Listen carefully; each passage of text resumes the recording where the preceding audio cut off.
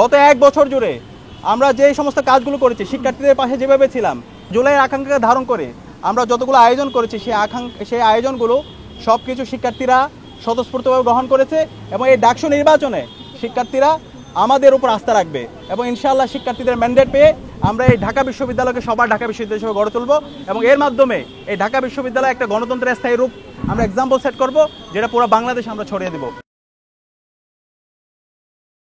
বিসমিল্লাহির রহমানির রহিম। ঐক্যবদ্ধ শিক্ষার্থী জোটের পক্ষ থেকে আজকে আমরা জোহরের নামাজ ঢাকা বিশ্ববিদ্যালয় কেন্দ্রীয় মসজিদে আদায় করে আমাদের আনুষ্ঠানিক প্রচারণা শুরু করেছি। তো আমাদের আনুষ্ঠানিক প্রচারণা শুরুর পূর্বে আমরা জুলাই অভ্যুত্থানের সকল শহীদদের শ্রদ্ধার সাথে স্মরণ করছি এবং সকল গাজীদের জন্য দোয়া করছি। আল্লাহ তাআলা যেন সকল শহীদদেরকে জান্নাতুল ফেরদৌসের মেহমান হিসেবে কবুল করে এবং যারা গাজী এখন আহত পঙ্গুত্ব অবস্থায় আছে তাদেরকে যেন দ্রুত সময়ের মধ্যে সুস্থতার নিয়ামত দান করে। প্রিয় উপস্থিতি, আমরা এই ডাকসু নির্বাচন উপলক্ষে ঢাকা বিশ্ববিদ্যালয় শিক্ষার্থীদের স্বতঃস্ফূর্ত উচ্ছ্বাস দেখতে পাচ্ছি। আমরা কেমন ঢাকা বিশ্ববিদ্যালয় বিনির্মাণ করতে চাই, আমরা যারা প্রার্থীরা আছি সেই রূপরেখাটা এখন আমাদের শিক্ষার্থীদের সামনে পেশ করা উচিত। কিন্তু আমরা যদি প্রপাগান্ডা করি, আমরা যদি সে আগের কায়দায় ট্যাগিং এবং ফ্রেমিংয়ের রাজনীতি করি, তাহলে শিক্ষার্থীরা, আমরা এই ধরনের যারা কাজ করতেছি শিক্ষার্থীরা তাদের বিরুদ্ধে অবস্থান নেবে। তো সেখানে আমি সবাইকে অনুরোধ করব, আমরা যারা ক্যান্ডিডেটরা আছি, যত ছাত্র সংগঠন আছি, আমরা সবাই যেন দায়িত্বশীল আচরণ করি এবং আমাদের আইডিয়াগুলো শিক্ষার্থীদের কাছে নিয়ে যাই। আমাদের যে জোট, সেই জোটের পক্ষ থেকে আমরা বলতে চাই, আমাদের এই ঢাকা বিশ্ববিদ্যালয়কে আমরা পলিটিক্যাল ইনস্টিটিউট থেকে আমরা একটা একাডেমিক ইনস্টিটিউট করতে চাই। আমি যখন ঢাকা বিশ্ববিদ্যালয়ে প্রথম বর্ষে ভর্তি হয়েছিলাম, অথবা আমার মতো এখানে আমরা যারা আছি, প্রত্যেক শিক্ষার্থী অনেক বড় একটা স্বপ্ন নিয়ে ঢাকা বিশ্ববিদ্যালয়ে ভর্তি হয়। ঢাকা বিশ্ববিদ্যালয়ে আসার পরে যদি আপনি জিজ্ঞেস করেন, প্রত্যেক শিক্ষার্থী সে বলে সে বিশ্ববিদ্যালয়ের শিক্ষক হতে চায়, অথবা একজন সরকারি আমলা হতে চায়, অথবা ভালো একজন একাডেমিশিয়ান হতে চায়। এভাবে অনেক বড় বড় স্বপ্ন থাকে, কিন্তু এই স্বপ্নগুলো বিশ্ববিদ্যালয়ে যে আবাসন সংকট, খাদ্যের অনিরাপত্তা, স্বাস্থ্যের অনিরাপত্তা এবং কোকারিকুলার অ্যাক্টিভিটিগুলো ঠিকমতো ফাংশন না করা এবং শিক্ষার পরিবেশ না থাকার কারণে এই স্বপ্নগুলো স্বপ্নভঙ্গ হয়ে যায় এবং এখানে রাজনীতির নামে অপরাজনীতির ফলে শিক্ষার্থীদের রাজনীতির প্রতি বিমুখতা তৈরি হয়। তো সেই জায়গা থেকে আমরা যদি শিক্ষার্থীদের ম্যান্ডেট পেয়ে আমরা যদি সেবা করার সুযোগ পাই, আমাদের প্রথম কাজ হবে এই ঢাকা বিশ্ববিদ্যালয়কে পলিটিক্যাল ইনস্টিটিউশন থেকে এটাকে একটা একাডেমিক ইনস্টিটিউট করা। এবং আমাদের একাডেমিক ইনস্টিটিউট করার জন্য আমরা বারবার বলছি, আমরা টিচার্স এভ্যালুয়েশন সিস্টেম চালু করব।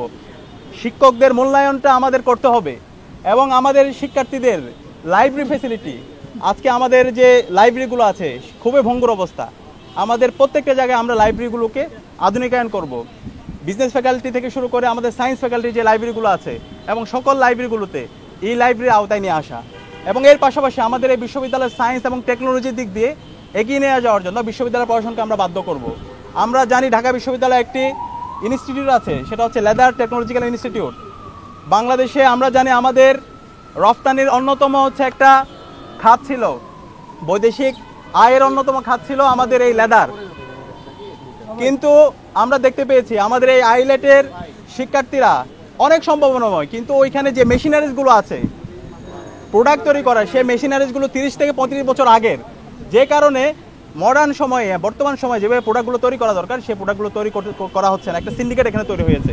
তো ইনশাআল্লাহ আমরা যদি শিক্ষার্থীদের সেবা করার সুযোগ পাই, আমরা অবশ্যই আমাদের এই আইলেটকে নতুনভাবে আমরা ঢেলে সাজাবো এবং আমরা আশা করছি গত এক বছর জুড়ে আমরা যে সমস্ত কাজগুলো করেছি, শিক্ষার্থীদের পাশে যেভাবে ছিলাম, শিক্ষার্থীরা ঐক্যবদ্ধ শিক্ষার্থী জোটের লিডারশিপ কোয়ালিটি, তাদের সততা, তাদের দক্ষতা এবং শিক্ষার্থী বান্ধব কাজ, এই সব কিছু এবং জুলাইয়ের আকাঙ্ক্ষাকে ধারণ করে আমরা যতগুলো আয়োজন করেছি সেই আয়োজনগুলো সব কিছু শিক্ষার্থীরা স্বতঃস্ফূর্তভাবে গ্রহণ করেছে এবং এই ডাকসু নির্বাচনে শিক্ষার্থীরা আমাদের উপর আস্থা রাখবে এবং ইনশাআল্লাহ শিক্ষার্থীদের ম্যান্ডেট পেয়ে আমরা এই ঢাকা বিশ্ববিদ্যালয়কে সবার ঢাকা বিশ্ববিদ্যালয় হিসেবে গড়ে তুলব এবং এর মাধ্যমে এই ঢাকা বিশ্ববিদ্যালয় একটা গণতন্ত্রের স্থায়ী রূপ আমরা এক্সাম্পল সেট করব, যেটা পুরো বাংলাদেশ আমরা ছড়িয়ে দেব।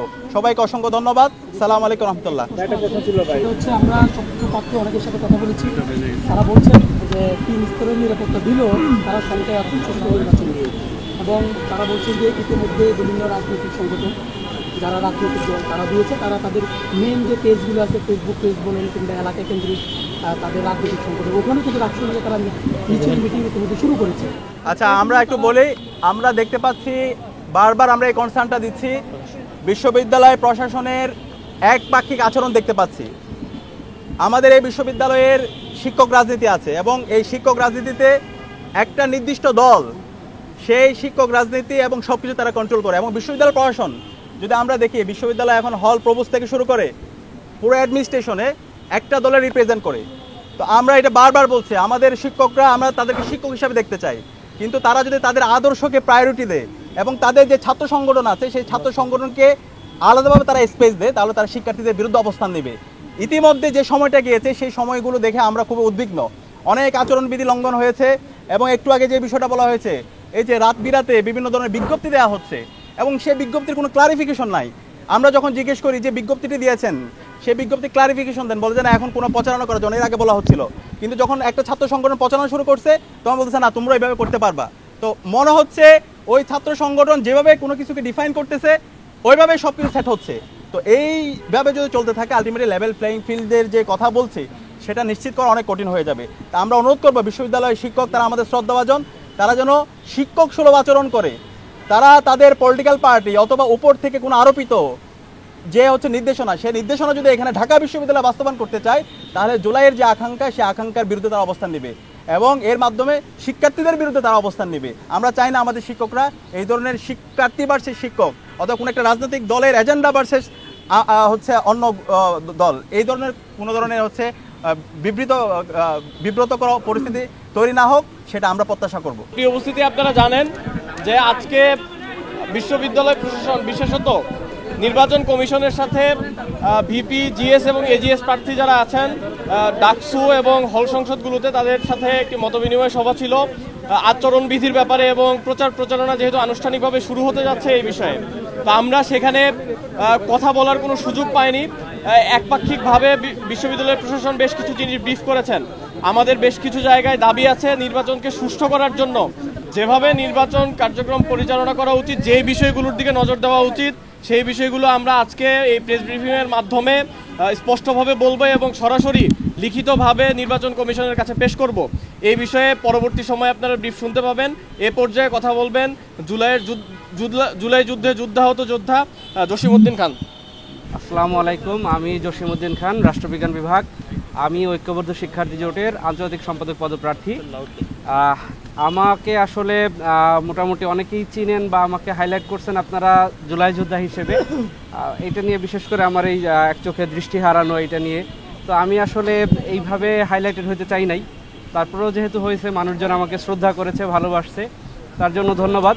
তবে এইভাবে হাইলাইট করাটা আমার কাছে একটু অস্বস্তির। তো তারপরেও বলি, আর আমার যেহেতু আন্তর্জাতিক সম্পাদক পদপ্রার্থী, আমি ইশতেহার নিয়ে অনেকে অনেক কথা বলে, এইটা সেটা, এই করা ওই করা, কিন্তু আমি আসলে বিশ্বাস করি একটা ইশতেহারে, সেটা হচ্ছে শিক্ষার্থীদের দাবি, শিক্ষার্থীদের যৌক্তিক যে কোনো দাবি, যে কোনো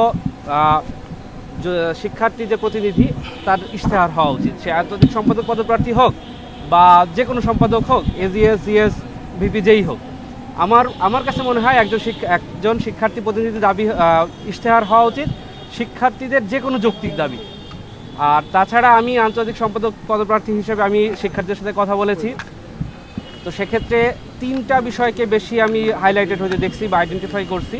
সেটা হচ্ছে উচ্চশিক্ষার জন্য শিক্ষার্থীরা যে বাইরে পড়তে যায়, সেখানে তারা যে হ্যাসলগুলো শিকার হয়, বিশেষ করে রেজিস্টার বিল্ডিংয়ে, তো সেই জায়গাটায়।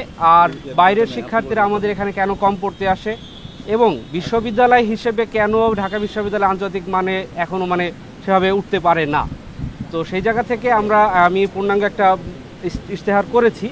তো সেটা আসলে অনেক বড় সড়ো, তো ওটা আসলে এখন বিস্তারিত পড়া সম্ভব না। কিন্তু আমি বারবারই একটা কথা বলি যে দেখেন, আমার ইশতেহার একটাই, শিক্ষার্থীরা যারা ঢাকা ইউনিভার্সিটির শিক্ষার্থী বিশেষ করে, তাদের যে কোনো যৌক্তিক দাবি আমার ইশতেহার, যে কোনো যৌক্তিক দাবি।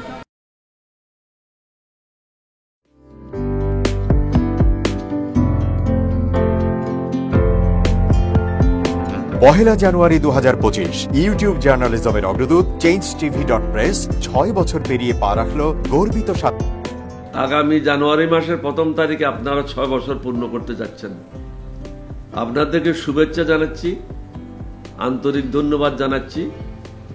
আমি আশা করব চেঞ্জ টিভি অতীতে যে বলিষ্ঠ ভূমিকা পালন করেছে আগামীতেও আপনারা সেই বলিষ্ঠ ভূমিকা পালন করবেন। আমি আমার এলডিপির পক্ষ থেকে, মুক্তিযোদ্ধাদের পক্ষ থেকে আপনাদেরকে আন্তরিক মোবারকবাদ জানাচ্ছি, শুভেচ্ছা জানাচ্ছি। আশা করি দিন দিন আপনারা উন্নতির শিখরে এগিয়ে যাবেন। ধন্যবাদ। changetv.press, এক ফোঁটা হলুদ নেই।